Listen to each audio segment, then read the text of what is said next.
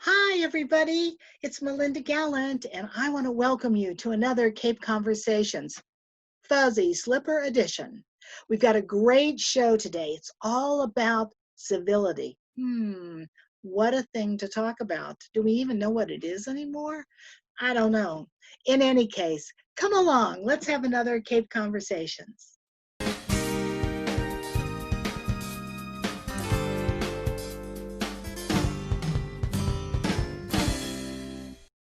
I am so delighted today to be here with the one and only David Ball, who is no, he's not, he's the state coordinator of braverangels.org, which is a fabulous organization trying to bring civility back into our lives and start conversations. David, thank you so much for being here today. Did you just do that to make me laugh? Because Yes. it worked. Yes, I did. Because God. Thank you for the invitation. Yes. Well, I am delighted that you're here. So, David, you're the state coordinator. What in the heck does a state coordinator do for an organization called the Braver Angels? Okay, well, Braver Angels, which started in 2016, is a grassroots organization of maybe 12,000 people. And to help coordinate activities in each of the states, we have 50 different state coordinators. And my role in Massachusetts is to try to put on debates and workshops and help promote civility in Massachusetts. Wonderful. Now, is this across the United States, or is Massachusetts the only place that's civil? As a matter of fact, I think that people in the Commonwealth are amongst the most civil. That being said, we all have room for improvement.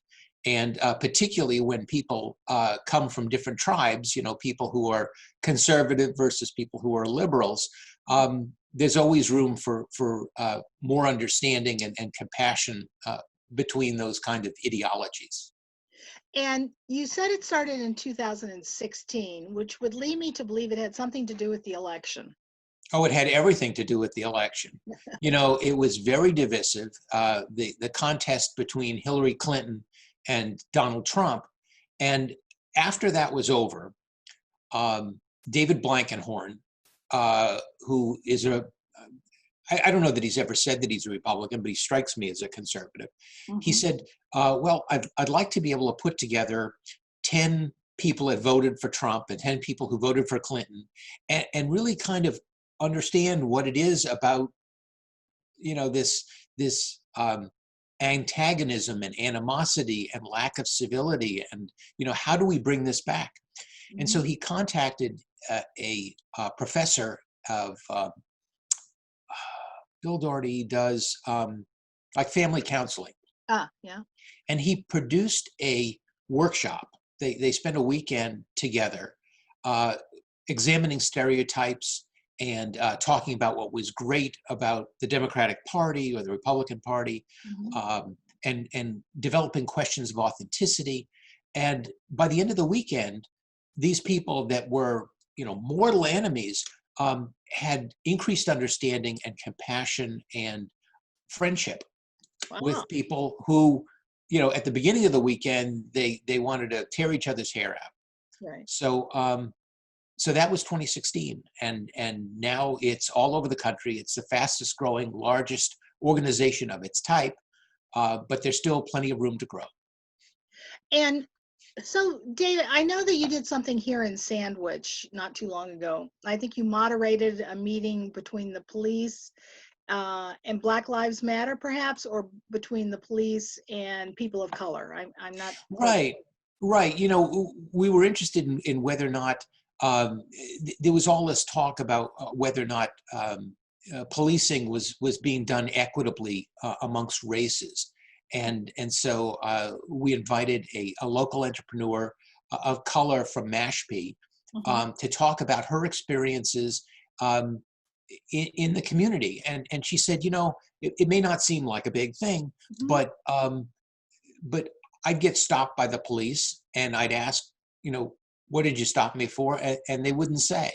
And it was just, well, maybe you look suspicious or maybe you look like somebody else. And she says, I have friends that are white and they don't get stopped.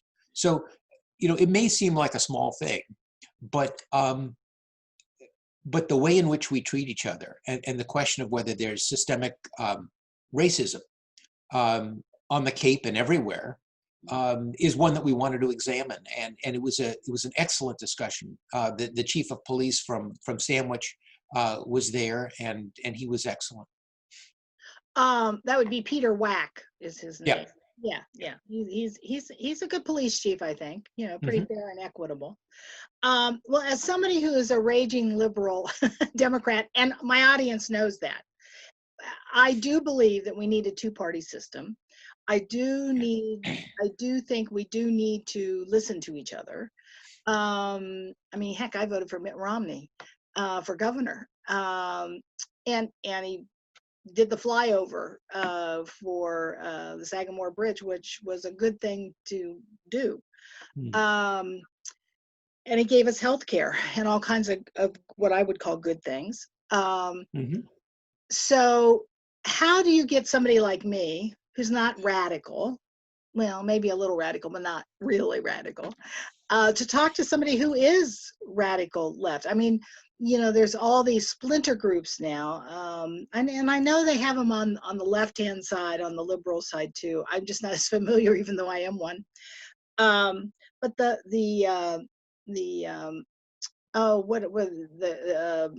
the symbol is okay. What are they called? The something anon. The QAnon. QAnon, that's what it is.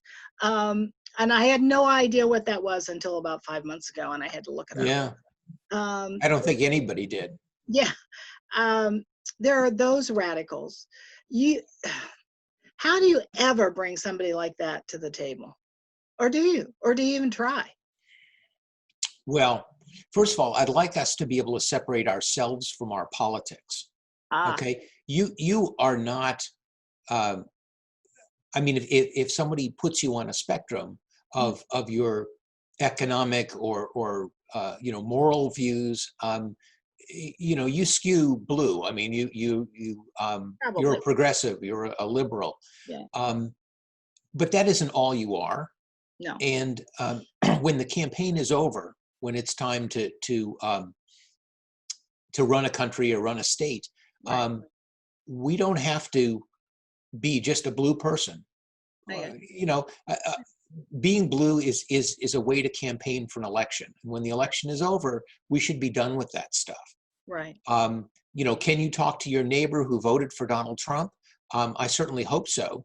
I wanted to share with you, I saw this on CNN this morning.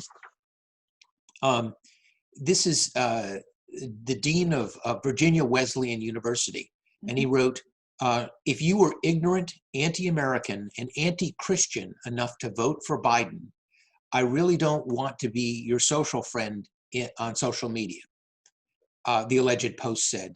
I wouldn't hang out with you in real life, and I don't want to hang out with you virtually either. You've corrupted the election. You've corrupted our youth. You've corrupted our country. I have standards, and you don't meet them. Please remove yourself. Whoa. So this is the dean of Virginia Wesleyan University. Is he still there? I'm sorry? Is he still there? He's not. He's not. So he deleted the post, and the college asked for his resignation. Mm-hmm. Irrespective of, I look at that and I imagine, 10 years ago, 20 years ago, could you have imagined somebody saying something like that? In that position. Well, in that position. So to be sure, there's a question about, his employer looking at him and saying, you're calling this guy anti-Christian and he's the president-elect. But past that, the idea that this guy is so passionate that, anybody who pulled a lever for this guy to get this job for the next 4 years, I don't want anything to do with you. It's crazy, right? Right. It's crazy. So we need to see people as our neighbors and as fellow Americans. And the idea that if you had two people who could get a job and you chose one over the other, that somehow that means that you are anti-American and anti-Christian and godless, and I can't have anything to do with you and never speak to me again, and you can't be invited to Thanksgiving. You can't be invited to Thanksgiving now anyway. Well, that's for a different reason, but Right. I don't It is know. crazy. We need to be able to separate the red blue from us being people. I mean, the red blue, the purpose of that is to win elections, and I think there are Republicans that you could support. I don't know how you feel about our governor, but Oh, I like Baker. Yeah, so do I. yeah, So do I. yeah. We had one of our organizers for a red blue workshop who ran for office this month, and she's now one of our state representatives. And I supported her, and I sent her a check, and she's a Republican. Mhm. And it's because I know who she is as a person. Right. It's because I didn't just look and say, oh well, it's red, and I'm not red or something. Right, right, right. Well, I do wonder though, is this very similar to humankind throughout time? When the Irish came over here, they were beat down because they were Irish. No, we Right. don't bother to apply if you're Irish. Jewish people, the same thing. Of course, the blacks have been that way forever, it seems like, since the beginning of the country. Native Americans. So have we just taken all that kind of all those feelings and tribalism to new heights, where now it's broader. It's you don't think like me. It's not that you don't only not look like me. uh, you may put your pants on the same way I do, but you don't think like me, and you need to think like me. Is it that, or is it? I mean, has it always been there? I mean, that's what I'm wondering. I mean, how do you Well, get rid of it? I think there's some different forces going on. Um, our economics and our justice system is based um, on who has power.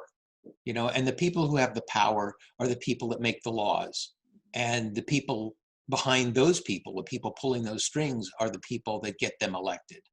So lobbyists and big corporations and powerful people who are able to get people elected, get people to vote certain ways, and create laws that favor certain groups or certain policies. Um, that's how we maintain our economic system. And I'm getting far afield here. Uh, what I wanted to say was, I think what's different about this stuff Mhm. is we're impacted not only economically and morally in terms of our religion and our values, but the technology today, the social media, amplifies voices, and the television talking heads, they seek to divide us. And by that, what I mean is, if somebody came on the TV and said, you know what, the other side really isn't that bad, we really can all kind of get together, and I don't think there's really a problem. That isn't what you hear. No. Okay? You have somebody who gets on and says, you know what, the country is in crisis, and if you don't send me a check right now, if we don't stop them right now, if you don't get me elected right now, then the country is lost. We have to win. This is existential. This is the most important time ever. Well, and And that's you what they have all to say. you Yeah. have to write us a big check, and it needs to be a monthly check, and we have to keep going until we step on these people's necks until they're dead. You know, and that's what's happening. We're having this hyper partisanship where, if you look at that dean's comments about being, he's anti-Christian and he's anti-American and all. Does he really think that? I think we've just kind of spun out of control, and social media and the television set have encouraged that, and Um, we need to move away from that. We just You know who your neighbor is. They're a decent, hardworking person. They love this country. Their children have played with your children. The fact that we get all worked up during political season, we can't let that divide our country. Mm. And I agree with you. I will say, I think what that dean did, what is so disturbing to me is he is a person in power. Yep.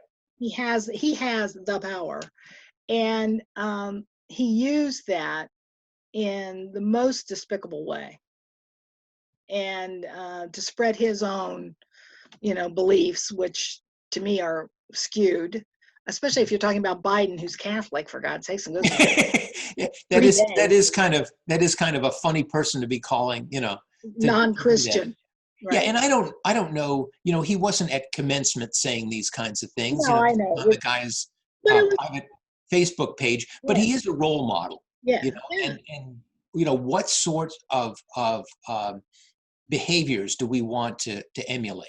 right. And being kind and showing consideration to people should be who we are. Well, and having empathy. Yeah. I mean, empathy has been lost somewhere in all of this, and I'm not quite sure where it went. I don't know. People want empathy. Doesn't matter which side you're on. Doesn't matter if you're a woman for Trump or a woman for Biden.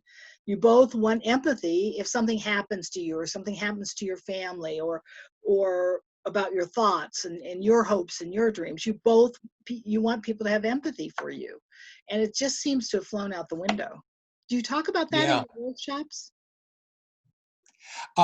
No, really, what the workshops are about, the skills workshop has 4 different pieces to it. Mhm. The first one is figuring out when's a good time to have a talk. So imagine if you wanted to discuss some subject and the person in front of you is beet red and they've just been yelling and they're like about to lose it. That's probably not the right time, right? Right. So the first is to kind of figure out that now's a good time to talk. The second one is learning how to actively listen. If you're not listening, then the other person has to spend all of their effort continually telling you their thing until they know that you got it. So if you start out by saying, you know what, I'd really be interested in knowing what you think about this. Can you tell me why is it that you support this policy? They know that you respect them. They know that you want to understand. They know that you're listening. Right. You actively listen, you paraphrase and you say, is this what you're saying? Mhm. And when they're going, yeah, you understand me, then they don't feel like they have to spend that energy to do it. The third thing is to effectively speak. So instead of me telling you, you know what, global warming is a fact, and anybody that doesn't believe it is stupid. All right. Yeah. If I start out with that, the first thing you're going to say is, you know what, I'm not stupid. Second of all, it isn't a fact. All right. And, we're going to have that argument. Mm. Instead, what's more effective is if I said, you know what, I'm concerned. I'm concerned about the amount of gun violence. I'm concerned about rising sea levels. I'm concerned. When you use I statements, there's nothing to argue about. Okay, what you're saying is I'm worried, and this is what I'm worried about, and this is why I'm worried about it. And then we can have a rational discussion. Sure. And the fourth thing you learn in the skills workshop is how to get out of an argument. Some people don't want to even discuss it because they're like, you know what, if I get started on this, it's never going to end, or we're never going to speak to each other. And we don't want you to be fearful of that. There are ways of saying, you know what, I feel like every time I make this point, you get into this whatism, or you spin out and start talking about something else. And at some point you can just say, you know what, this is just getting us upset. We're going to have to talk about this another time, or I got to go, it's late. There are ways of getting out of a conversation. So that's the skills workshop. And the red-blue workshop, which is my favorite, is one in which you take 7 to 10 reds, 7 to 10 blues, you put them together, and you look at stereotypes. So you brainstorm a bunch of stereotypes, you pick 4 or 5 of them, and you say, well, you put all your reds together and you say, well, why is it that they call you racist? Or you put your blues together and you say, why do they call you elitist? Mhm. And you have to answer that. So it's pretty easy for them. They say, well, I'm not racist because, and then you say, well, where's the kernel of truth? Right. Where does that come from? Why are you labeled as that and the other side is not? Mm-hmm. And when they think about it, they go, well, there are some talking heads on TV that are pretty strident. Or, well, there was Charlottesville and there were some, skinheads that were there and they identified themselves as comfortable in the GOP. Right. So, for whatever, there's a reason that stereotypes exist. Right. So we examine those and we kind of open that up and unpack it. The next thing we do is I call it a fly on the wall exercise, where you put all the Democrats together in a circle and you ask them two questions. You say, what is it about your party that's great for America? And they talk about it. And then what's that? A big list. That's right. It's a big list. It takes forever. And then you ask them, what's wrong with your party? And then they'll, grouse about whatever it is that the warts and all. Yeah. And you've got the Republicans on the outside just watching, just listening to people who know about being blue and what's great about it and what's not so great about it. Yeah. And then you switch, and then you have the conservatives sitting in a circle. So that's the fly on the wall one. And then the third thing that's done in a red blue workshop is questions of authenticity. So when I want to have a conversation with somebody who's of a different tribe, generally my questions are not authentic questions. My questions are like, why are you so stupid? How could you possibly have done that? Those aren't questions of authenticity. No. What you really want is questions where I really want to know the answer. You could really answer the question, and ones that don't have a lot of assumptions based on them. So if I want to know about immigration, for example, I wouldn't say, obviously you can't, take 11 million people and push them all across the border. Once I start throwing all kinds of assumptions into it, you have to start addressing the assumptions. So it turns out that it takes a long time and a lot of thought to come up with real questions of curiosity. Mm-hmm. But we do that, and we write them down, and then we put the two groups back together, and we have them ask and answer those questions. And think about it. What a wonderful gift to be able to sit across from somebody who doesn't think like you, who doesn't agree with you, that you really have a question about, that you really want to know the answer to, that they can really answer, and they answer it for you. So these workshops and the debates that we do, they're wonderful. So I encourage people who have an interest in civility and kind of depolarizing America to check out braverangels.org. So if I were a Rotary Club or whatever, how would I get to you? Through braverangels.org? Yeah. I mean, you can certainly contact me directly. It's D as in David, Ball, B-A-L-L. So it's dball at braverangels.org. So David, how did you get started doing this? I mean, obviously you didn't graduate from high school, college and say, gee, I want to be somebody who talks. Well, I don't spend a lot of time on Facebook, but I found myself seeing these ugly memes that, about the other side. And I would see that and I go, oh yeah, that's really going to sting. That's going to burn. And I would forward those. And after a while, I'm thinking to myself, is this who I am? Yeah. Someone who just, throws ugly comments around. And what am I accomplishing? Am I just annoying the other side? Am I like convincing them to be somebody different? Right. So talk about un-American, talk about things that are just, it's not good. Yeah. And I saw the Braver Angels thing. It was called Better Angels at the time. And because it was talking about the better angels of our nature, sure. that we can't be enemies. We have to be friends. Right. And it's a wonderful group. The key to their success, their secret sauce, is that at every level, they are as much blue as they are red. Okay, from the top down, if you look at their structure. Purple. What's that? It makes them purple. Well, yeah, it's funny. We have people that come and they say, I really don't lean one way or the other. Right. Sometimes I fall on the red side, sometimes on the blue side, and there are some people like that, but there are very few. There are Really? very few. So what did you do before this, though? What was your life before? Have you always lived in Massachusetts? You haven't always done this. You did other things. I'm Oh presuming yeah, you're retired. I'm a retired. I'm retired from the military. I was a flight nurse in the Air Force, Oh, and most of my career I was in Charleston in South Carolina oh, for about 20 years. wow. I'm originally from Natick, and I moved back here. My parents are getting a little older, need a little help with the grocery shopping, and so I live in Framingham. Oh, excellent, excellent.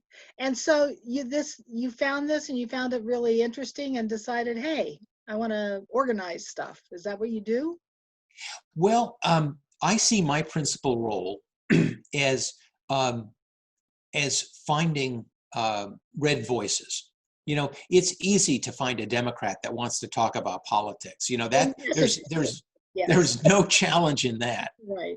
Liberals love to talk, um, but conservatives, Mhm, they generally keep their own counsel.